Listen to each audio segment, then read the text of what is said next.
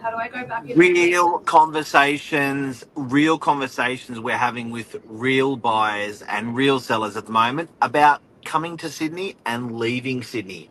Things that you have not thought about. We're going to talk about it today. Stay tuned.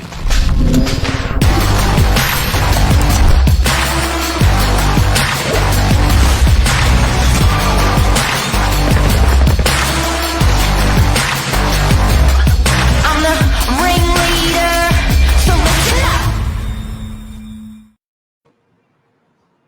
Fighting Good for morning. life. Fighting for Fighting life. the daily grind. That's it. It's a constant battle. Fighting for life or fighting for lifestyle. Ooh. Which one is it? I feel like they're both the same. Do you have a life without a good lifestyle? Do you know what I got to say? There's things, depending on what age you are, you've got different fights and different considerations. Yeah. Yesterday was really confronting for me because I had a very sad elderly lady on the phone Yep. living in regional New South Wales. She, out of her mouth, she said, "I've just had the worst Mother's Day I've ever had as a mother in my life." And just a couple of weeks ago, she was admitted into hospital and she was discharged, which was a regional hospital, and Yep. she was discharged at 4:30 a.m. in the morning, no family around her, and had to sit in a cab for a couple of hours just after coming out of hospital. And it was really confronting, and I was just like, she was like, why did I leave, Sydney? Why did I leave my tribe? Why did I leave the northern beaches? It would have been so much easier to stay. And I just thought, where do you hear those conversations if, it was really confronting. It's actually, believe it or not, it's a conversation that I've had with a lot of people as well. More often than not, people have left Sydney, the northern beaches in particular, or the greater Sydney, to move up towards the central coast, the mid-north coast, the far north coast, due to various reasons. Young growing family, work's taken them outside of there. It is more affordable, but now the reality kicks in and they just can't afford to get back. They want to be back to their tribe, back to their roots, come back to their familiar home. They spend most of their time here in Sydney anyway, but they just can't afford to come back now that they've left. It's too hard to get a foot in the door for them.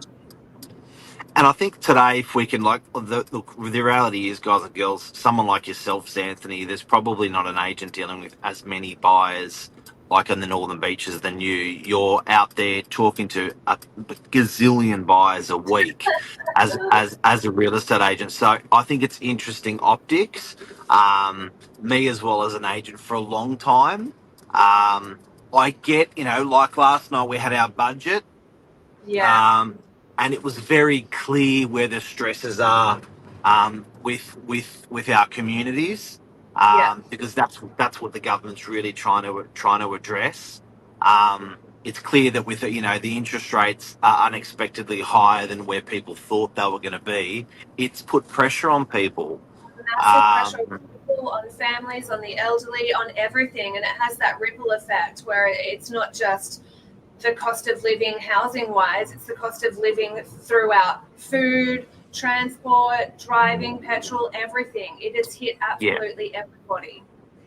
Yep. And then people now are in this mode of fight or flight, so are we going to tighten our belts and double down and buckle up and fight, or are we simply going to move states or or areas to different parts of Sydney, which I fully support. Like my brother did it. My brother went to Port Macquarie when he faced adversity, wanted an easier life. And it's still up there. He went north further. Okay. So he spent about 12 years, put the kids through school at Port Macquarie. and then once the kids sort of got to adult age, then went further up to sort of just out of Brizzy. Loves it. Okay. Yeah. I think, as a concept, before you've made that transition, it can seem quite romantic, uprooting your life, starting fresh somewhere else that is much more affordable, creating a new stamp for yourself, and yet effectively creating that new life in a new tribe. But once you're there and the reality sets in, you are away from everything familiar to you, and that's where it can really start to just set in that you're so far removed from everything you know, everyone you love, and you are by yourself. Well, what was interesting when I spoke to this lovely lady yesterday, I think her name was Marg, she really unpacked the whole life. And for anyone who's just tuned in, we're talking about, leaving Sydney. What she said was that she's spent almost 15, 20 years with people around her, loves the people around her where she is, but she said it's still not enough. Yeah. She sort of, you'd think if you'd spent, 10 or 20 years around people, that that's enough to be your tribe and connect and thrive, but it's still not enough. Like her kids, her grandkids and everything are back in Sydney. And the thing that she spoke about that was most powerful was the medical system. Okay, interesting. So she's like, friends go on the medical merry-go-round, and the regional hospitals are fantastic, but they just don't have that level of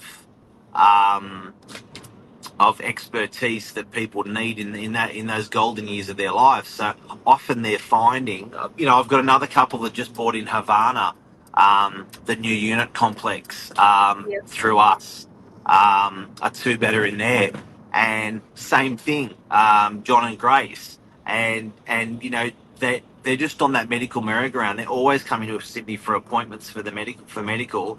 Their families here, and they're like, you know what? We don't even need size. We just give us anything as long as it's here. Yeah, for sure. And I mean, my grandma was in that situation as well. She didn't move up to the Central Coast, but the medical system, for sure, she was based in Port Macquarie and was constantly coming down to Sydney to go to her medical appointments as well. So there are so many things pulling you to Sydney.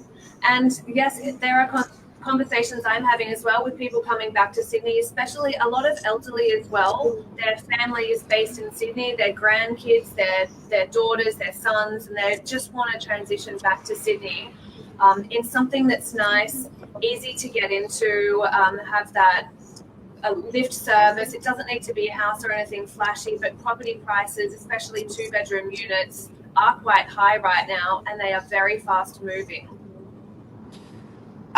Also, Xanth, I think what people should consider is the permanency of it. And I always say you need to know 10,000 things about a suburb before you invest $500,000, million, 1.5 million, millions, 10,000 things. There's 10,000 things, So there, where do I go to get the car fixed? Right. Where do I go to your favorite bread place, favorite pharmacy, favorite coffee places? Like, when you truly explore, there's about 10,000 things about a suburb. So on the back of today, what I want people to really think about is just renting their property out in Sydney, and then going north or going south, or fulfilling that dream, but try before you buy. Move around, do a year in that suburb or a year in that suburb, because the reality is that if you look over, when I say long term, I mean long term. I'm talking 20, 30, 40, 50 years. The performance of Sydney, and this is the discussion I'm having with these people, the performance of Sydney has far exceeded where they've bought. And that's what makes it so hard for them to come back. They're like, why did I do that? So the lady I was talking with yesterday has got a budget now of 600,000, and she's like, I'll take anything in Sydney, the Northern Beaches in particular, for 600,000. Yeah, I understand that. Yeah, it needs to be in your family. It is attractive as a young family moving up there, the Central Coast area where the average cost of a house is Yeah. $920,000. So it's beneath that $1 million mark. It's attractive, but then coming back later on in life, that's when it will be quite difficult. Well, it's the old adage of investing. I think you're investing in a beautiful lifestyle for your family. You got half the mortgage or no mortgage potentially. It's a great investment. It's a happy investment, but I think but it's not an investment in your long term financial freedom future. So I think you sort of end up having to pay the piper in the end. It would be good if you could do both. It's very hard. So it's a real challenge for people at the moment. Yeah. And I think that the core message of today is more of a reality check for people. Just think long term. If you do decide to leave Sydney, have that understanding that it might be very difficult to come back, but what can you do to leave Sydney in order to come back? Like Mark touched on, you can rent out your property instead of selling up Easy to completely. come back. Yeah, Or I think it's a smart one.